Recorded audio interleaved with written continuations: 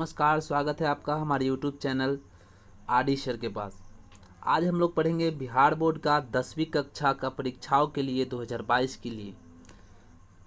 विषय है भूगोल, जो कि विषय भूगोल 10वीं कक्षा की। और हमारा पाठ कौन सा है? पहला पाठ है भारतीय संसाधन एवं उपयोगिताएं। तो हम लोग आज सभी दीर्घोत्तरीय प्रश्न देखेंगे। इसका पहला प्रश्न की तरफ चलते हैं।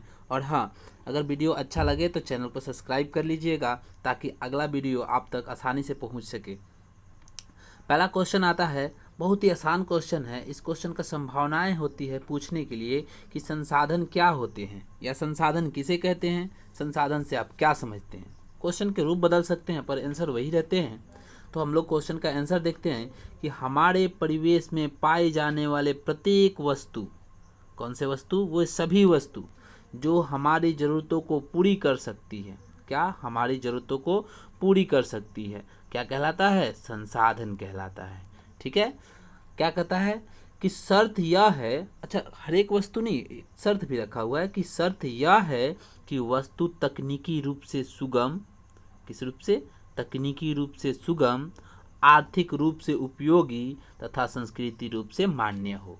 ये तीन कंडीशन होते हैं। इन तीन कंडीशनों पर, ये तीन शर्तों पर जो भी वस्तु हमारे उपयोग में आते हैं वही वस्तु क्या कहलाते हैं? संसाधन कहलाते हैं।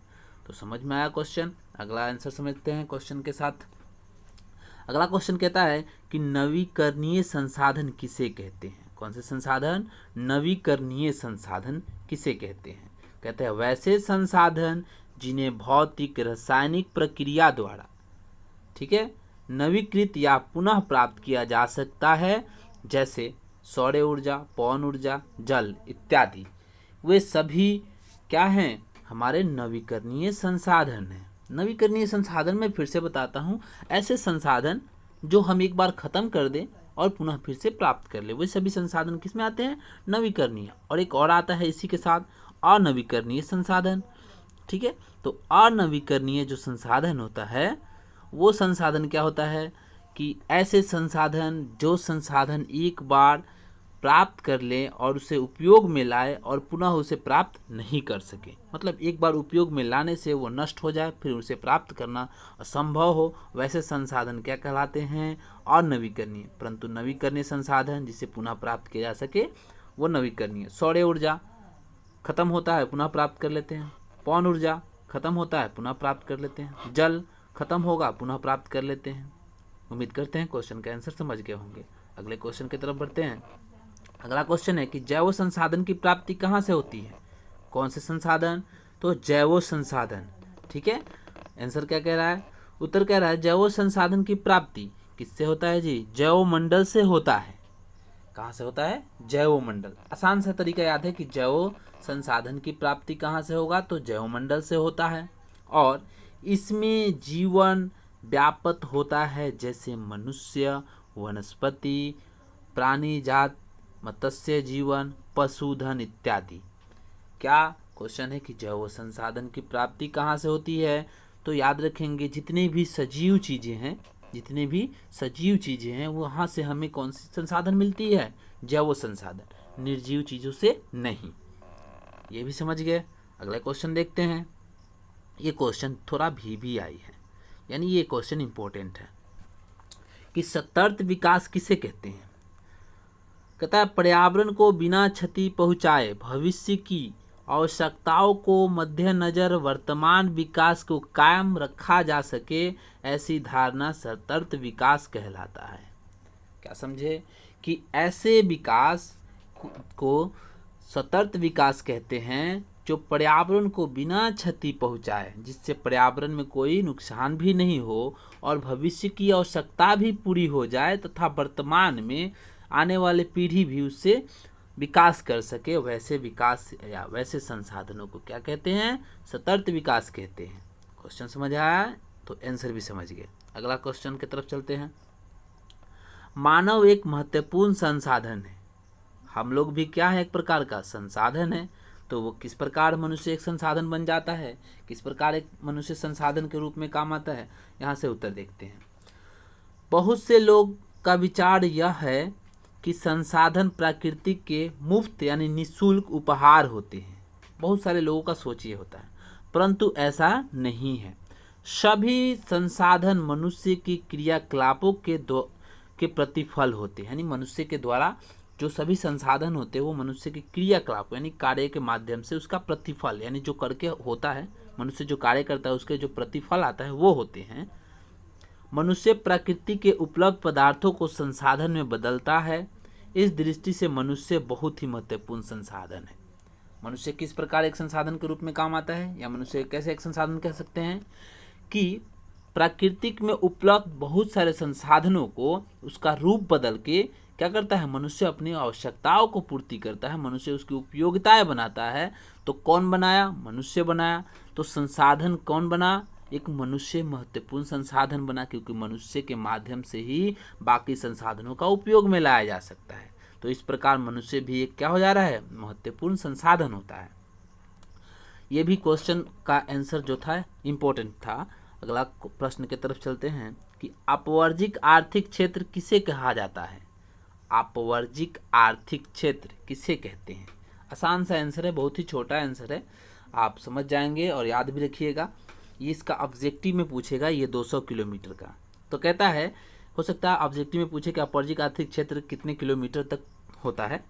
तो ऑप्शन यहाँ भी आ जाएगा, ऑब्जेक्टिव का भी क्लियर हो जाएगा आपका, और सब्जेक्टिव तो हम लोग पढ़ ही रहे हैं। किसी देश के तटीय सीमा रेखा से, किसी देश से, मान लीजिए एक देश है, इस देश से कितने तटीय सीमा रेखा, तटीय सीमा रेखा कैसे कहते हैं, जो समुद्र से लगता है उसे तटीय सीमा रेखा कहते हैं, और जो स्थल से लगता है उस स्थलीय सीमा रेखा कहते हैं। तो समुद्र के तटीय सीमा रेखा से कितने किलोमीटर, 200 किलोमीटर, ठीक है, दूरी तक का क्षेत्र अपवर्जिक आर्थिक जल का आर्थिक क्षेत्र कहलाता है। यानी किसी देश की 200 किलोमीटर तक ही, 200 किलोमीटर की दूरी तक ही अपवर्जिक आर्थिक क्षेत्र कहलाता है। याद रखिएगा, ऑब्जेक्टिव क्वेश्चन यहाँ से बन जाएगा आपका। अगला क्वेश्चन कहता है, और लास्ट क्वेश्चन क्या है आपका, ये क्वेश्चन है कि संसाधनों के वर्गीकरण के विभिन्न आधार क्या है। संसाधनों के वर्गीकरण के विभिन्न आधार क्या है। इसमें हम सभी संसाधनों के वर्गीकृत जो किए गए हैं, पहला पार्ट से क्वेश्चन जो है, या पहला पार्ट में जितने भी हम लोग संसाधन का वर्गीकरण पढ़े हैं, सभी वर्गीकरण यहीं से देख लेंगे हम लोग। तो संसाधनों का वर्गीकरण के विभिन्न आधार क्या है, उत्तर देखते हैं कि संसाधनों का विभिन्न वर्गीकरण है, निम्नलिखित है। जो वर्गीकरण किया गया, वर्गीकरण यानी बांटा गया है वर्गों में, उसका आधार निम्नलिखित है। उत्पत्ति के आधार पर दो हैं, कौन कौन से, जैव संसाधन और अजैव संसाधन। मैंने आपको थोड़ी पहले बताया था, जैव संसाधन की प्राप्ति जैवमंडल से यानी सजीवों से, अजैव संसाधन की प्राप्ति क्या, निर्जीवों से। अगला क्वेश्चन के अगला ऑप्शन है आपका, अगला पॉइंट में देता है, अगला पॉइंट कहता है उपयोगिता के आधार पर, उपयोग के लाने के आधार पर कौन कौन से, नवीकरणीय और अनवीकरणीय। दो प्रकार के होते हैं, नवीकरणीय और अनवीकरणीय। समझ आया।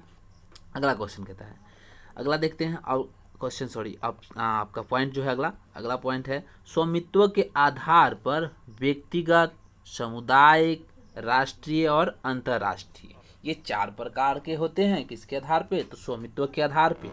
पहला व्यक्तिगत संसाधन, जो आपका निजी हो, जो पर्सनल हो, वैसे संसाधन को व्यक्तिगत संसाधन कहते हैं। सामुदायिक संसाधन जैसे मंदिर, मस्जिद, शमशान घाट, ठीक है, इन सभी जैसे पार्क हो गया, पिकनिक पार्क हो गया, ये सभी क्या है, सामुदायिक, जहाँ पे सभी लोग उपयोग करते हैं।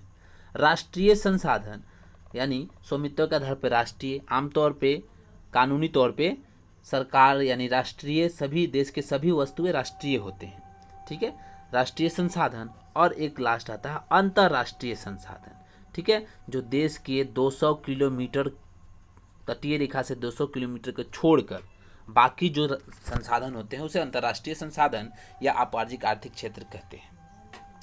अगला कहता है कि विकास की स्थिति के आधार पर इसमें भी कितने होते हैं, चार होते हैं, संभावित संसाधन, विकसित संसाधन, भंडार संसाधन और संचित संसाधन, ये चार हैं, और पूरे के पूरे चार हैं।